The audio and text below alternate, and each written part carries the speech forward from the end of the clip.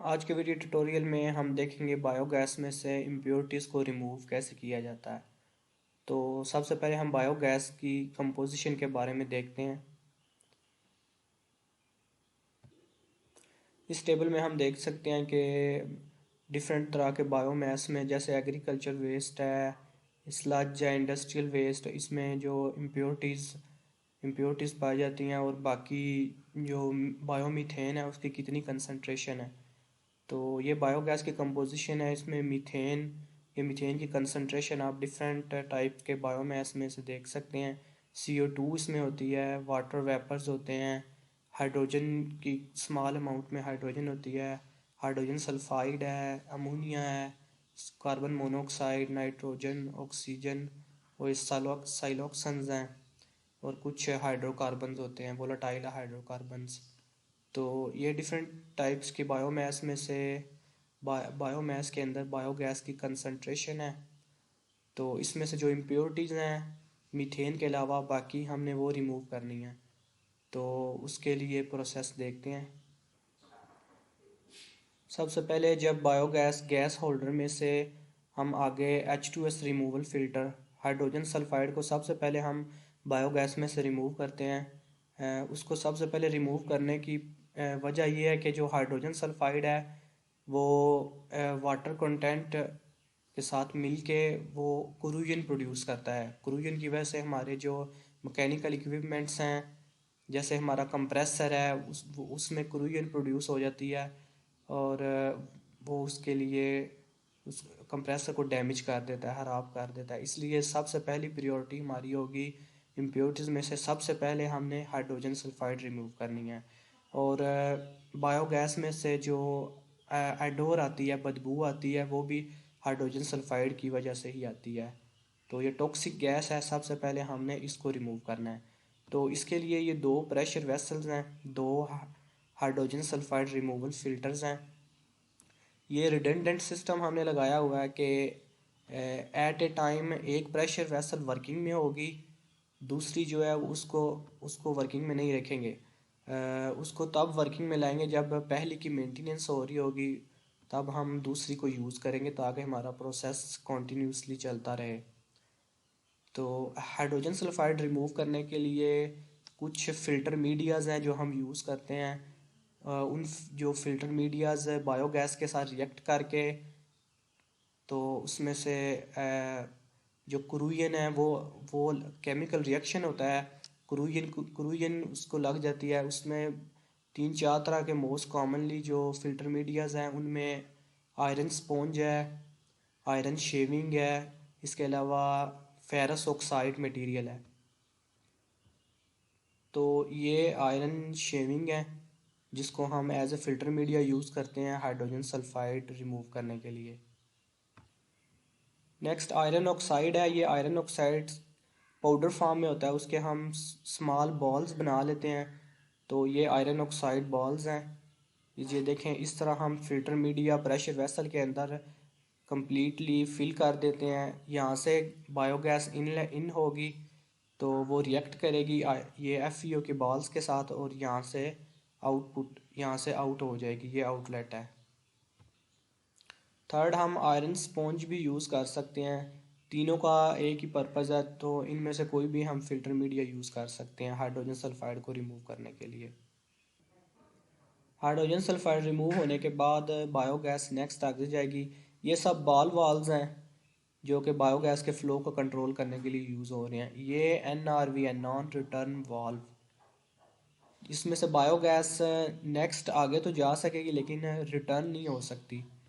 ये vacuum pressure transducer है जो कि सिग्नल भेजेगा PLC को। ये आगे फिर गैस होल्डर है, गैस इसमें कलेक्ट होगी।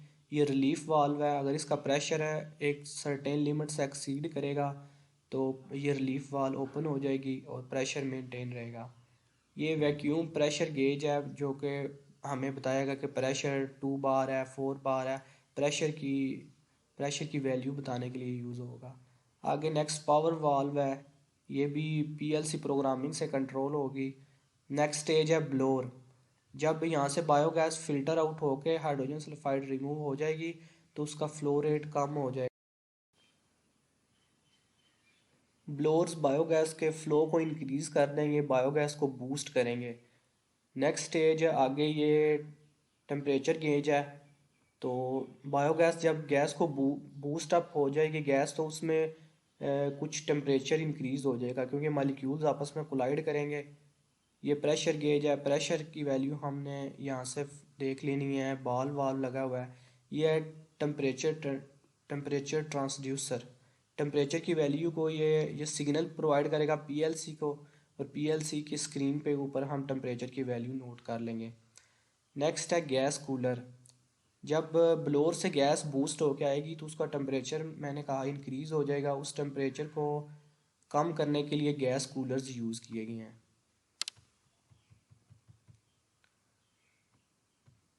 नेक्स्ट ये फिर से टेम्परेचर ट्रांसड्यूसर यूज़ किया है, ये टेम्परेचर गेज, प्रेशर गेज और ये वॉल्व्स यूज़ की हैं। नेक्स्ट है हमारा एक्टिवेटेड कार्बन फिल्टर। पहले जब हमने बायोगैस की कंपोजिशन देखी तो उसमें हमने देखा कि इसमें कुछ अमाउंट ऑफ वाटर होता है, इसके अलावा साइलोक्सन्स हैं, वोलेटाइल ऑर्गेनिक कंपाउंड्स हैं। तो ये जो एक्टिवेटेड कार्बन फिल्टर होता है, इसमें भी हमने इसी तरह दो ये प्रेशर वेसल्स ली हैं। इन प्रेशर वेसल्स के अंदर एक्टिवेटेड कार्बन जो है वो as a filter media use होगा। एक्टिवेटेड कार्बन जो है उसको हम देखते हैं किस तरह का वो मटेरियल है। ये activated carbon material, activated carbon media, ये as a filter media use होगा एक्टिवेटेड कार्बन फिल्टर में। इसका फंक्शन ये होता है, ये बायोगैस में से साइलोक्सन्स, वोलेटाइल ऑर्गेनिक कंपाउंड्स और कुछ अमाउंट ऑफ मॉइस्चर उसको ये अब्जॉर्ब कर लेता है।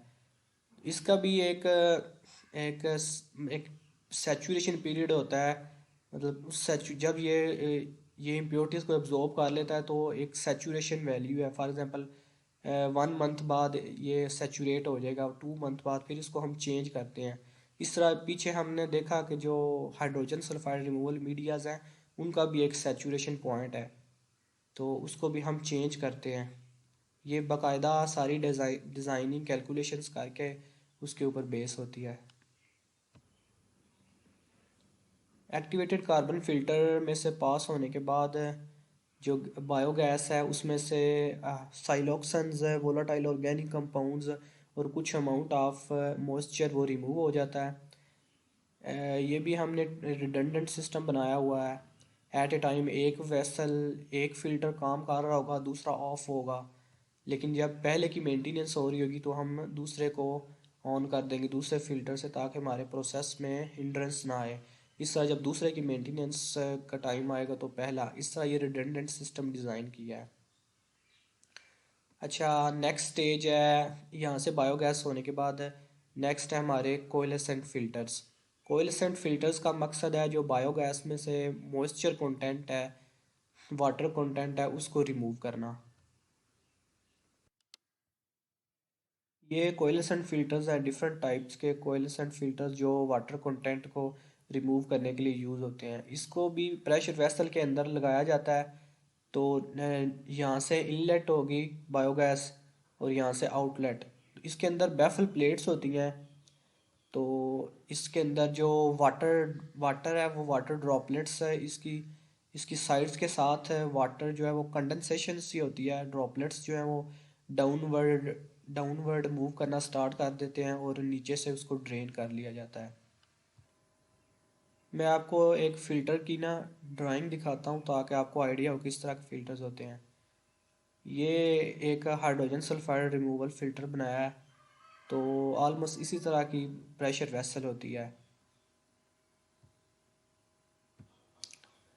वापस इस पीएनआईडी पे देखते हैं। ये कोएलेसेंट फ़िल्टर्स हैं, इस सीरीज़ में लगाए हुए हैं दो। ये वाटर कंटेंट को रिमूव कर देंगे। उसके बाद बायोगैस आगे कंप्रेशन आ गया, कंप्रेशन की स्टेज। ये बॉल वाल्व्स दोनों लगी हुई हैं। आगे ये एक्सपेंशन बेलो है। ये कंप्रेसर की वजह से जो वाइब्रेशंस प्रोड्यूस होती हैं उन वाइब्रेशंस को कम करने के लिए यूज़ होती है। कंप्रेसर बायोगैस के फ्लो रेट को यहाँ पे इंक्रीज़ कर देगा, बूस्ट अप कर देगा, और बायोगैस आगे जाके ये कंप्रेस्ड गैस होल्डर इसमें स्टोर हो जाएगी। नेक्स्ट अब जो बड़ी इम्प्योरिटी है वो है कार्बन डाइऑक्साइड।